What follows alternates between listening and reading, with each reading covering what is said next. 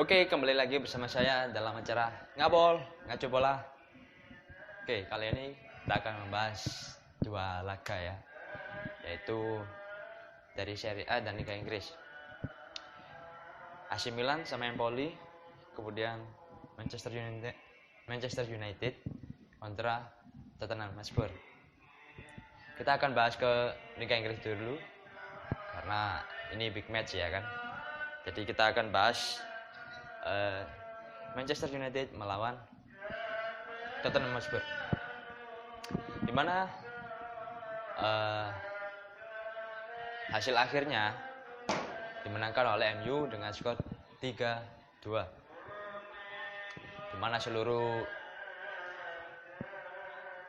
gol yang dicetak oleh MU ini berawal dari sang legend ya kan, yaitu Cristiano Ronaldo.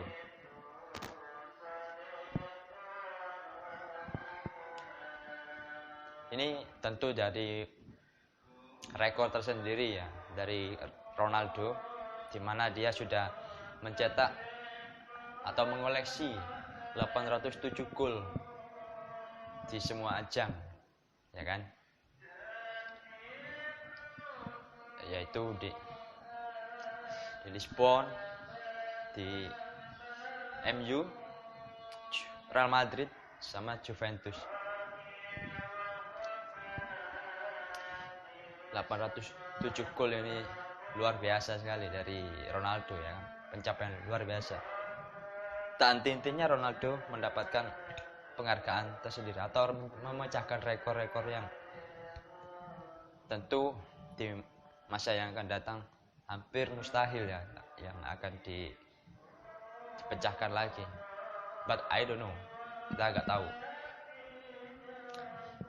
Dia sudah memecahkan rekor dari Joseph Bican ya kan, yaitu dari Ceko, pemain dari Ceko, dengan perolehan 805 gol. Dan aku melihat itu ada 5 yang terbesar itu, kalau nggak salah Messi itu nomor 4 dengan koleksi 759 gol kalau nggak salah itu. 700 ya, segitulah. Ini menurut aku dua mega bintang ini yang cukup konsisten lah penampilannya, pencapaiannya dalam 10 tahun terakhir atau 15 tahun terakhir ini lah. Oke, kita akan membahas yaitu tentang permainan dari kedua tim ini. Aku melihat itu sebetulnya permainannya hampir sama ya kan. Dia mengandalkan counter attack dari Rangnick, gegen pressingnya, kemudian Conte dengan parkir bisnya ya kan. Tapi untuk masalah penampilan kayaknya MU kemarin lebih kreatif untuk melakukan penyerangan ya kan, dimana menit ke-12 gol yang dicetak oleh Ronaldo melalui assist ya kan dari Fred dari luar kotak penalti, langsung di shooting, gol terjadi. Dan itu sepakan yang sangat pojok sekali ya kan, tidak bisa dijangkau oleh seorang kiper Hugo Lloris. Kemudian 20 menit kemudian dibalas oleh Harry Kane melalui kotak penalti yang sebelumnya terjadi handball ya kan, yang dilakukan oleh Telles.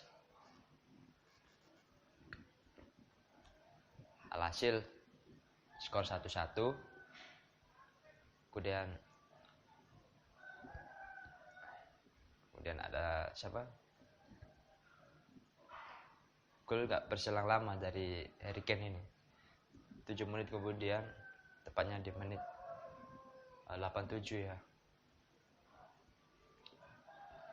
lewat assist dari Sancho, Ronaldo langsung menyodorkan ke gawang ya. Skor 2-1 hingga turun minum. Dan menurut aku nggak banyak peluang yang dimiliki oleh kedua tim ini. Terutama ya sedikit adalah dari MU ya. Tapi nggak banyak. Kemudian di babak kedua.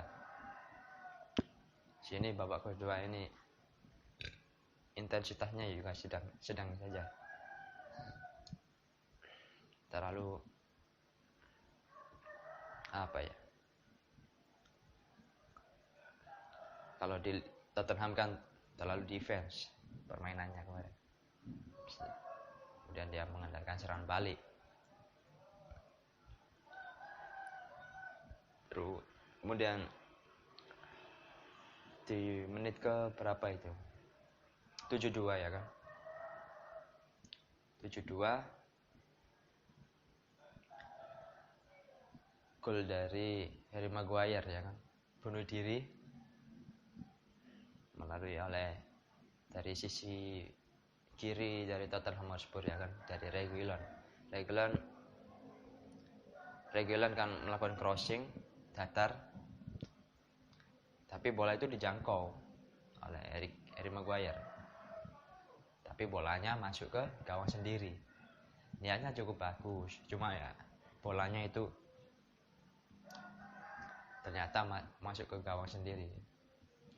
Jadi skor 2-2. Dari situ kemudian Rangnick mencoba untuk melakukan penyerangan, mulai melakukan intensitas yang cukup tinggi yang dilakukan MU dengan dimasukkannya siapa? Edinson Cavani itu masuk menggantikan Nemanja Matic. Anthony Elanga masuk menggantikan Rashford. Kemudian dan di situ 10 menit selanjutnya di menit ke-82 Ronaldo mencetak gol lagi melalui sundulan kepalanya, kan? Dan ini yang cukup bagus sekali dari Ronaldo. Timingnya yang dimiliki Ronaldo ini cukup bagus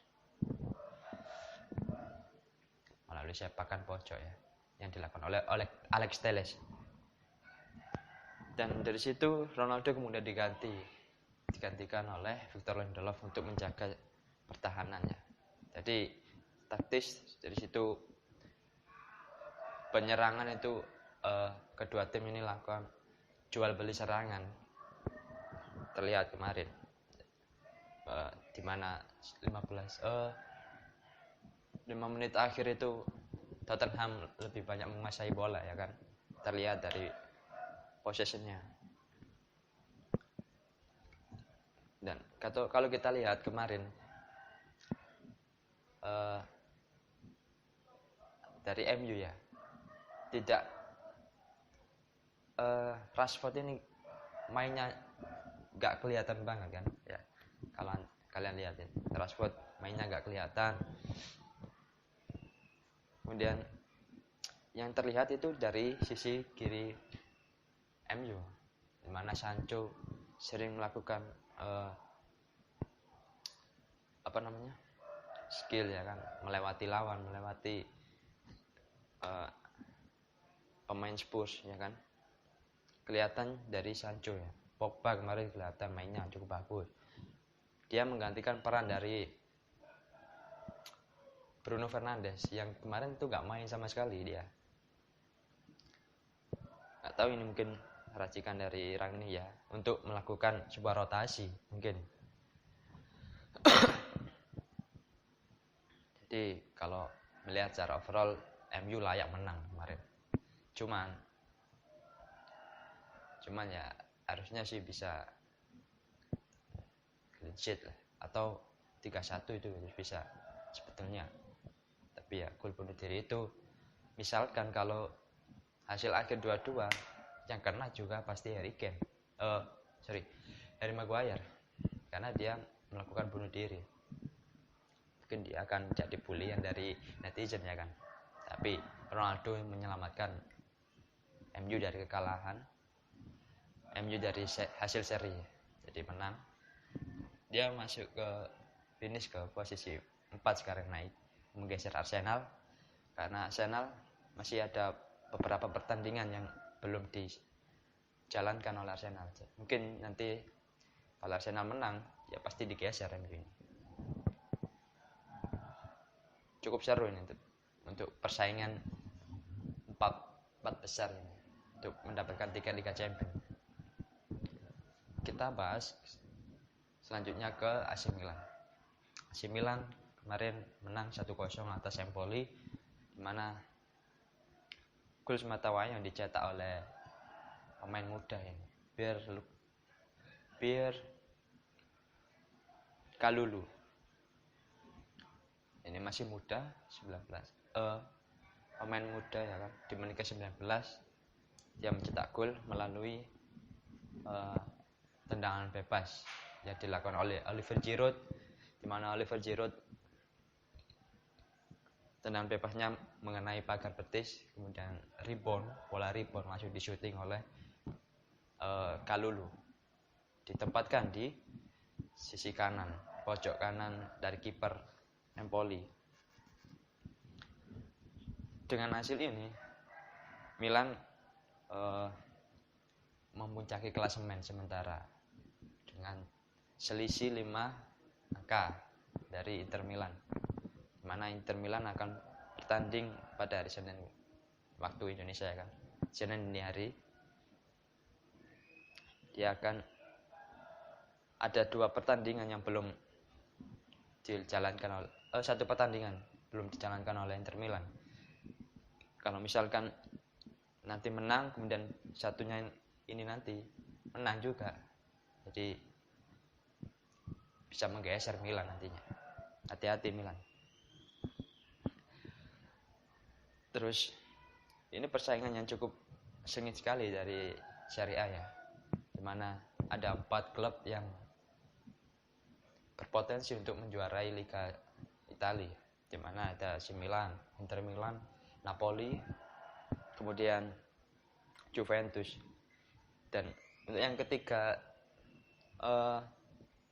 klub ini masih apa ya, yang jarak poinnya yang cukup dekat lah, jaraknya tidak terlalu jauh, jadi mungkin ini bisa menjadi kandidat ya. Untuk Juve juga menjadi kandidat, cuma dia kan masih perlu waktu ya, karena dia sudah kemarin kan terlempar dari 10 besar pernah ya kan, kemudian merangkak naik ke posisi 7, 8, kemudian 8, 7, kemudian naik ke posisi 4 sekarang. Jadi ada sisi positifnya dari Juventus ini. Oke, itu tadi tentang pembahasan hari ini. Jangan lupa like, comment, dan subscribe channel di bawah ini ya kan. Dan aktifkan selalu loncengnya untuk mendapatkan video-video terbaru dari Ngabol. So, saksikan terus Ngabol. Ciao.